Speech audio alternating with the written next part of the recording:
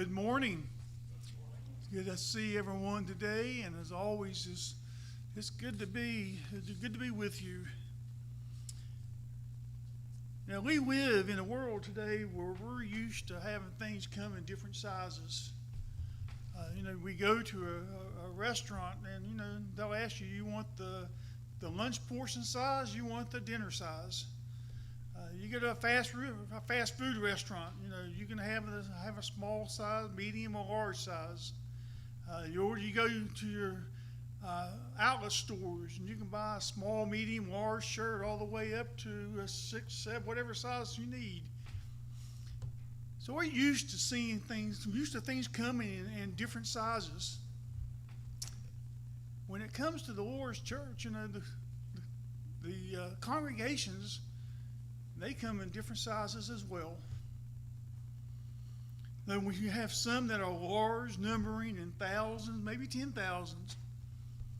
We have some are small, maybe just having 2 or 3 members meet at a home.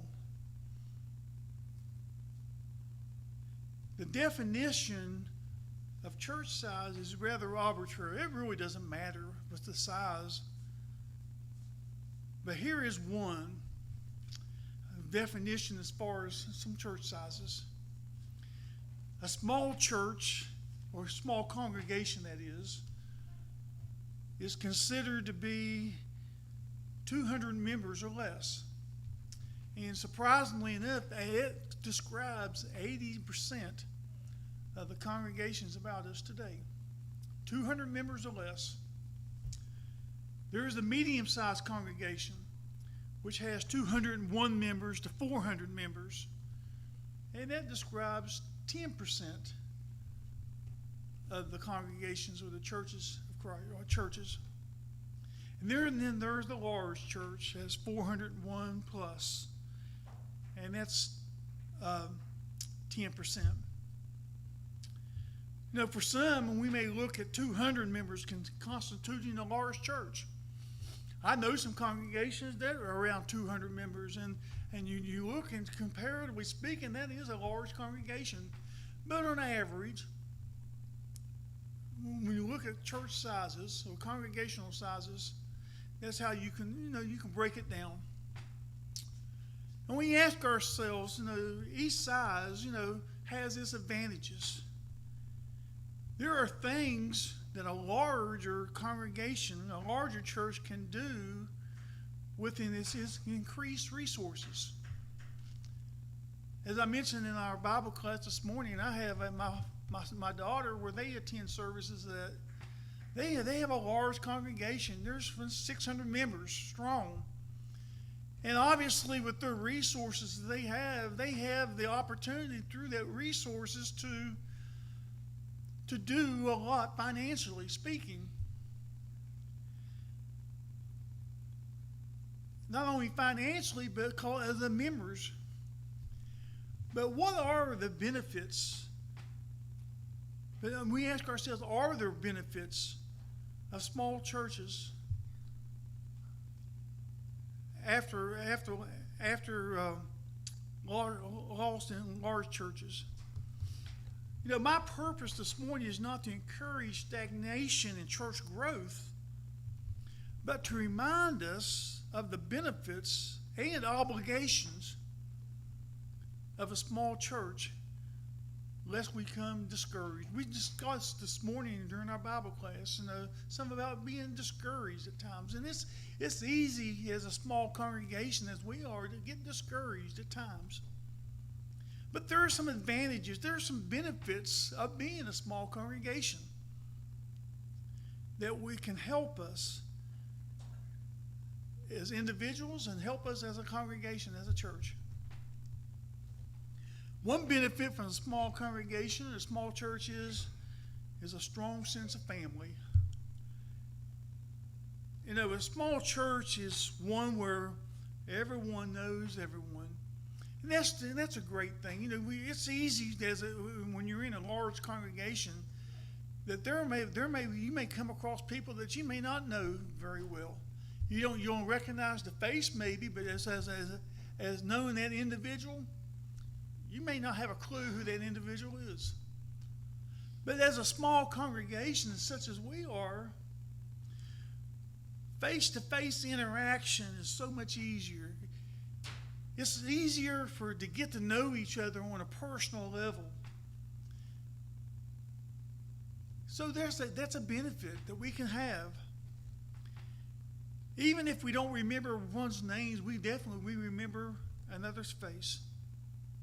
So a small church is one where it's easier to develop family relationship, a sense of family, which is proper. Paul writing to Timothy in 1 Timothy chapter 5, 1 and 2 says, "Rebuke not an elder, but entreat him as a father, and the younger men as brethren, the elder women as mothers, the youngers as sisters, with all purity." So we can treat each other, we can encourage each other, and we can see each other as fathers, as mothers, as brothers, as sisters. We can have a close sense of family as one another.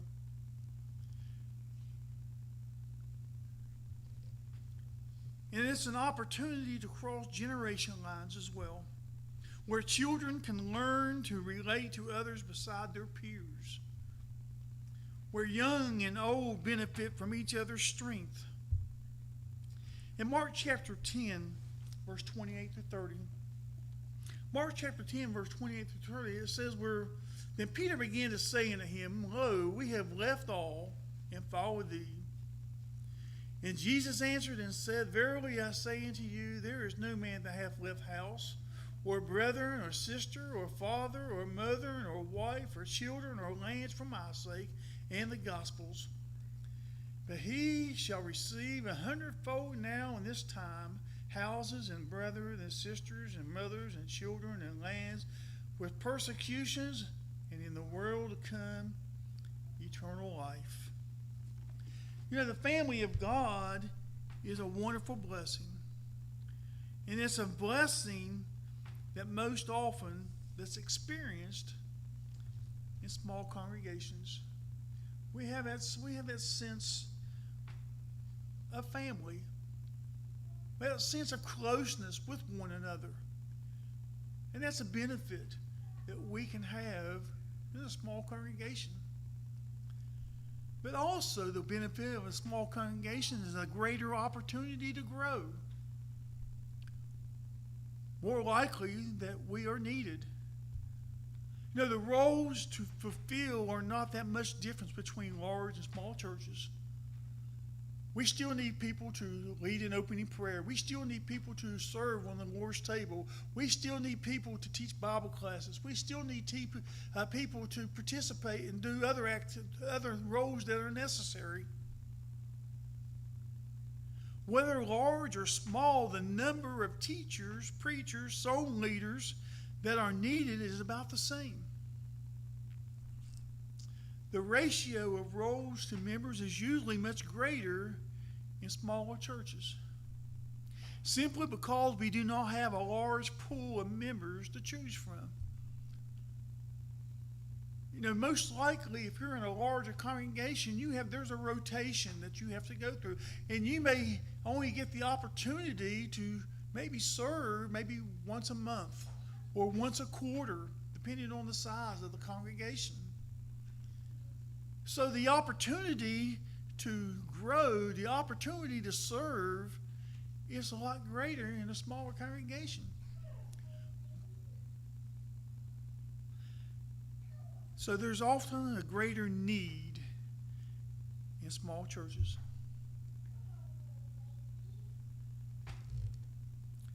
Smaller churches use those willing to serve much more frequently, out of necessity at times, but can also be by design. Small churches are often the training ground where leaders for large churches develop the skills. So we can, as a small congregation, we can develop ourselves. We can develop ourselves spiritually. We can develop ourselves as leaders. We can develop ourselves as teachers. In the different the gifts that we have, the different talents that we have to serve God. As a small congregation, we can use that opportunity to develop that opportunity, that gift, that need that we have. So we're more likely that we are more needed in a small congregation, but it also is more likely that we are missed as well. One's absence is more keenly felt in a small congregation. And I think we can relate to that. I mean, we have this morning, I haven't done a count, I'm guessing there's 20-some here this morning. And when one is absent from services, from Bible class, you're missed. It's noticed more openly than in a larger congregation. It's easy in a large congregation to get lost in the crowd, so to speak. And it's easy for us to have the attitude or the mindset, well, if I'm gone, who's going to miss me? But in a small congregation as this, you're missed when you're not here. It's noticeable when you're not here. One's absence can be overlooked for several weeks in a larger congregation. And for those needing encouragement, this is important. It's too easy to get lost in a crowd. We need brethren who will take notice when we begin to show signs of weakness. Look over in Galatians chapter 6. Galatians chapter 6, verse 1 and 2, as Paul teaches here, as Paul speaking, it says, Brethren, and if any man be overtaken in fault, ye which are spiritual, restore such one in the spirit of meekness, considering thyself, lest thou also be tempted. Bear ye one another's burdens, and so fulfill the law of Christ. So we have an opportunity. We can take notice. When a weak brother is having problems, that we can bear one another's burdens. So if we are struggling spiritually, it's important. When this is a benefit when we're in a small congregations, because we can easily care for one another. Proportionally speaking, more preachers, teachers, elders, and average members have been developed by small congregations, some small churches, than large. Now, of course, there may be many things a large church can do that a small church cannot do. But as a small congregation, we have our benefits that we need to appreciate. But we also have our obligations. We may ask ourselves, what's our obligation as a small congregation? What's our obligation as a small church? We must first nurture a sense of family. Congregationally, by providing opportunities for spiritual fellowship. That's for Bible classes, gospel meetings. There's visitation programs to encourage the weak, to minister to the sick. Individually, we can by providing opportunities for hospitality, inviting others to our homes, going out together, getting together for social occasions, such as potlucks. As we seek to nurture our sense of family, we must be careful not to limit our efforts to those in our physical family. You know, it's good that we get together as a family in our physical families, but it is also just as important to get together as a spiritual family. And we must nurture that sense of family so we can grow closer together. But also another obligation that we have as a small congregation is to provide opportunities for growth. We all, as Christians, should strive to grow. We must not be satisfied where we are spiritually. We must not be satisfied where we are in our talents, in our abilities. Well, we have the parable of the talents. So each man had his own talent according to his ability that he had. But there's that one talent, a man that was afraid. Because of being afraid, he hid his talent. Where the other two, they took their talents and developed them, and they grew. We as individuals, whatever our talent may be, whatever our ability may be in our service to God, we must take that and develop it and to grow. Men's classes on serving in public, worship, even preaching or teaching. If you're here this morning, if you have not taken part in the worship service, make it a goal to do so, whether it be by just serving on the Lord's table. But take that opportunity to serve, and to grow in our service to God, in our service. You ladies, you can use your opportunity to grow in teaching a ladies' class or maybe a children's class. Utilizing those willing to develop their abilities and talents. Providing opportunities for men willing to preach, lead singing, teach a class, or whatever that may be. Likewise, for women willing to teach children, teach other women. You know, I'm fearful at sometimes, and this is not specifically here, but as churches all together, that we feel like that the preacher is shrinking his duties when he opens up his pulpits or Bible classes so others can grow through their experiences, through growth. Let that not be the case. We all are to grow, and we all are to take opportunities to teach. I've been in some congregations where there are men in the congregation that have a rotating basis on teaching Bible class, on leading singing, or whatever the case may be. 2 Timothy chapter 2, verse 1 and 2 says, "Therefore, my son, be strong in the grace that is in Jesus Christ, and the things that thou hast heard of me among many witnesses, the same commit thou unto faithful men."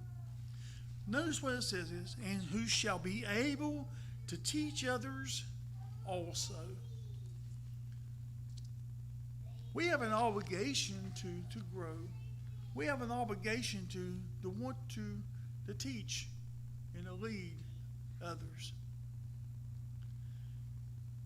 But also another obligation that we have as a small congregation is to watch for stagnation. You know, it's tempting to remain small because of the advantages of a small congregation. Its warmth, its friendliness. But the Lord, He expects us to grow. In Matthew chapter 13, verse 31 and 32, it says, "Another parable He forth unto them, saying, The kingdom of heaven is like a grain of mustard seed, which a man took and sowed in his field, which indeed is the least of all seeds. But when it's grown, it is greatest among herbs, and becometh a tree, so that the birds and the air can come and lodge in the branches thereof." Just a little old mustard seed, a little grain of mustard seed. It's small when it's first planted, but as it grows, it becomes a great tree. We have the obligation to grow as a congregation. John chapter 15, verse 1 and 2 says, "For I am the true vine, and my Father is the husbandman. Every branch in me that beareth not fruit, He taketh away. And every branch that beareth fruit, He purgeth it, that it may bring forth more fruit." We must, as a congregation, bear fruit. We must grow. We must flourish. That must be our desire. We should never be content in remaining small. We should seek to grow both as individuals in our abilities to serve and as a congregation. If we are not on an upward spiral of growth, we are likely heading downward. So we need to ask ourselves this morning, where are we as a congregation? Are we spiraling upward, or are we growing? Or are we heading downward?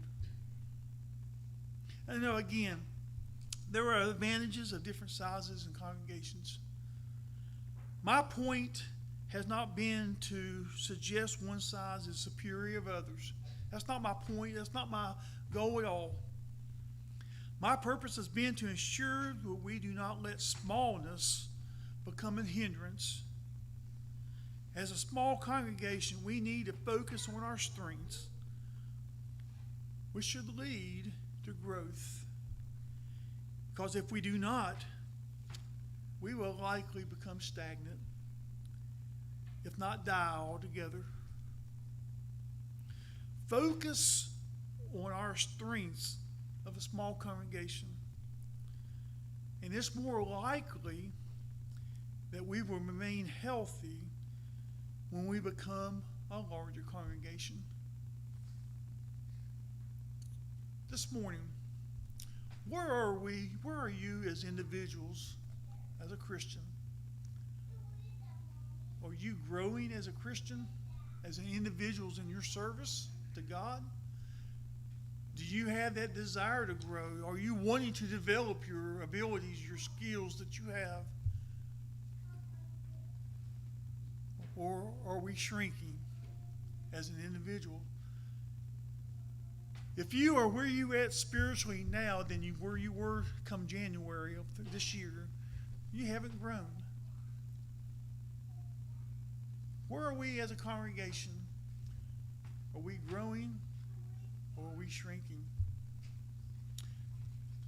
This morning, we need to examine ourselves, and as we do so, we ask ourselves, am I a hindrance to the church and this growth, or am I a help, or am I a benefit? If you're here this morning and you haven't grown like you should, won't you make that commitment today to make the necessary changes in your life to grow as an individual? If there's someone here this morning that needs to respond to the invitation of Christ, we have this opportunity. We can come and you ask for prayers. If you have something that you need to forgive and that's a sin that's in public nature, we have that opportunity to do so now as together we stand and sing.